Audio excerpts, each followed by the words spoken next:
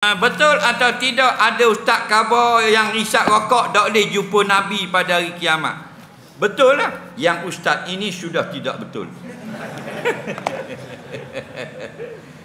Dia mana ada hadis rokok. Kalau ada hadis rokok, nampak dah tak betul situ. Faham tak lagi? Okey, jangan pandai-pandai. Walaupun benda tu tak baik, tak perlu kita tambah-tambah. Okey? Cukup kita kata tak molek. Tak. Siapa tak boleh jumpa Nabi apa benda? Buang. Dia orang minum arak boleh jumpa Nabi. Orang yang bertaubat kepada Allah. Faham? Semua dosa Allah boleh ampun walaupun dia tak minta ampun. Kecuali dosa kufur, dosa syirik.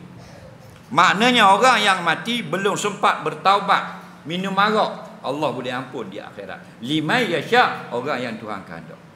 Sesaja wajib taubat, iaitu sebelum mati syirik. Hak lain memang wajib taubat. Tapi kalau tak dan taubat, mati minum arak, mati isyak dadah, mati judi, mati kaki zina, Allah boleh ampun juga di akhirat. Faham? Dengan syarat orang beriman.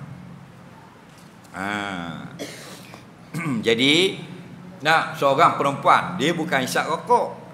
Okey? Dia ni pelacur. Tahu? Pelacur dia tak macam berzina. Berzina ni macam kapung-kapung ni. Nak berzina 3-4 kali tu berzina. Tak banyak. Pelacur ni hari-hari kerja dia. Jual tubuh dia, betul tak? Nolak 3 kali sehari. Bertahun-tahun pelacur kelas atasan Bani Israel. Keturunan Nabi Ishak, Nabi Yakub dia ni. Beriman dengan Nabi Musa dan kitab Taurat. Banyaknya dosa dia.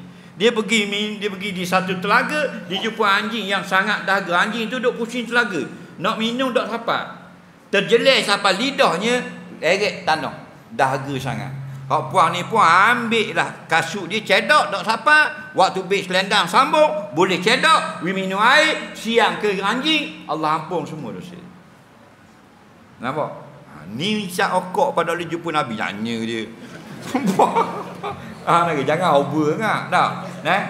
Cukup berkata begini. Nampak? Wala tulku bi aidikum ila tahlukah. Jangan kamu binasakan tubuh badan kamu dengan buat benda yang merosakkan kesihatan. Faham? Tak payahlah kamu mau Nabi apa tak mau jumpa dengan kamu. Takut-takut berdusta atas nama Nabi.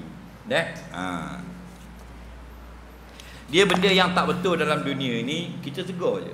Tapi jangan rasa kita betul lebih daripada dia di akhirat.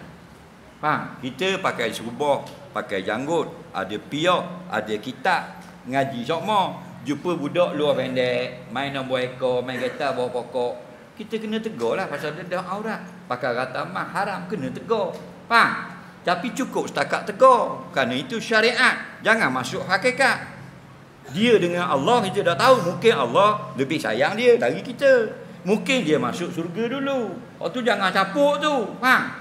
Jadi setakat depan dia ya kita tegur. Man ra'a minkum munkara falyughayyir, betul tak? Mu tengok benda tak betul tegur. Tapi jangan sampai mubuh dalam hati aku lebih molek pada dia di sisi Allah. Allah. Molek dia masuk dulu, kereta-kereta dia masuk. Mu tak masuk lagi. Faham lagi? Jadi jangan ambil kerja Tuhan. Sampai habis hakikat pun nak campur juga. Tak? Cukup setakat tegur.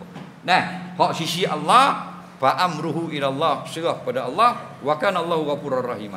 Adalah Allah Maha Pengampun, Maha Kasih Sayang.